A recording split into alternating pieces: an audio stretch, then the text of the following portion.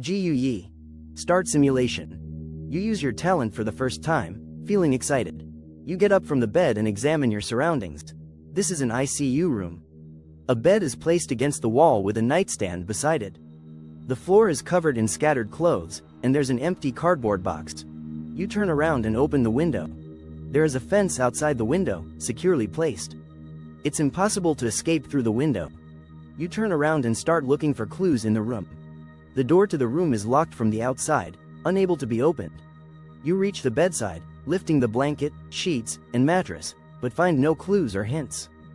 You turn and look at the nightstand, opening the first drawer.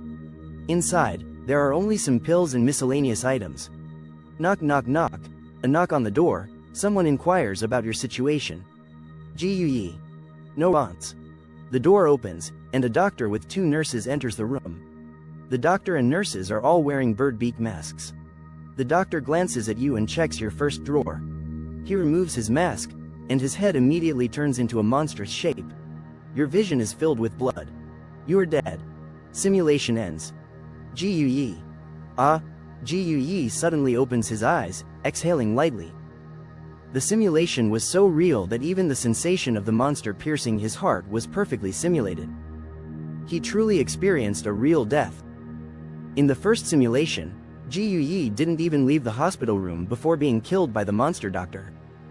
He didn't find any useful clues. Gu Yi. Damn, why did I die without doing anything? What triggered the death flag? At this point, Gu Yi's mental energy is reduced to 40/50ths, indicating that each simulation consumes 10 points of mental energy. Gu Yi. Calm down, I must have missed something. Let's try again. Start simulation. Gu Yi takes a deep breath and closes his eyes again. Simulation starts. You summarize the failures from the first attempt, not wandering around aimlessly, but focusing on finding the key clues.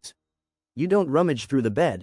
Instead, you focus your attention on the nightstand. The nightstand has 3 layers. You've already checked the first one, so you start with the second. The second layer is empty. The third layer contains only a folding fruit knife, which you pocket. You don't find any clues, so you crawl on the floor and finally find a piece of paper under the bed against the wall. You take off your shoe, pull the paper from the corner of the wall. It's a piece of paper with hints written on it. Patient Manual. 1. Take medication on time every morning, noon, and night. 2. Keep the hospital room tidy at all times. 3. The person wearing a bird beak mask is a doctor or nurse. Please follow their instructions. 4. If you see blood dripping from the ceiling in the hallway, don't panic, it's normal. 5. There will always be 2 patients in the ICU, remember this. 6. If you see any equipment damaged, immediately contact the person wearing an elephant mask to repair it. You flip the paper over and find a line of text written in blood.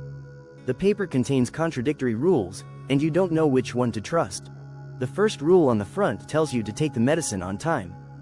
But the blood-written words on the back tell you not to take the medicine.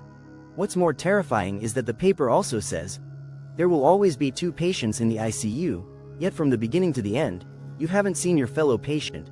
You feel a chill behind you. Perhaps the unmentionable from the simulation is standing right behind you. Gu Yi. Could it be the disappearing patient mentioned in the background description? Knock knock knock. A knock on the door. You hurriedly hide the paper, take the pills from the first drawer, and swallow them. The doctor and nurses see that you don't respond and walk into the room. The nurse glances at the clothes scattered on the floor and curses loudly. Nurse. Why are you so messy? You look like you're not taking this seriously at all.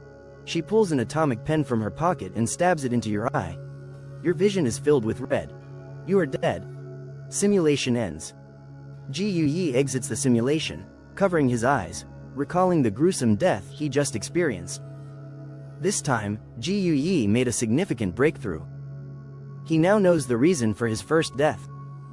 The first time he triggered a death was because he didn't take the medicine on time, and the doctor killed him once he found out. The second time he was killed was by the nurse. Before stabbing him, she glanced at the pile of clothes on the floor, clearly because he didn't keep the room clean. This shows that the first rule on the front of the paper is true, but the blood-written words on the back cannot be trusted. To verify his thoughts, Gu Yi uses his talent again. Simulation starts. You get up. You quickly tidy up the bed, then turn and pick up the clothes on the floor, fold them neatly, and put them into the second layer of the nightstand. You fold the cardboard box and place it against the wall. You hide the folding fruit knife from the third layer on your body and turn to look at the door. Knock, knock, knock. The door knocks, and the doctor and nurses greet you from outside. GUE. Respond. And nurses walk into the room.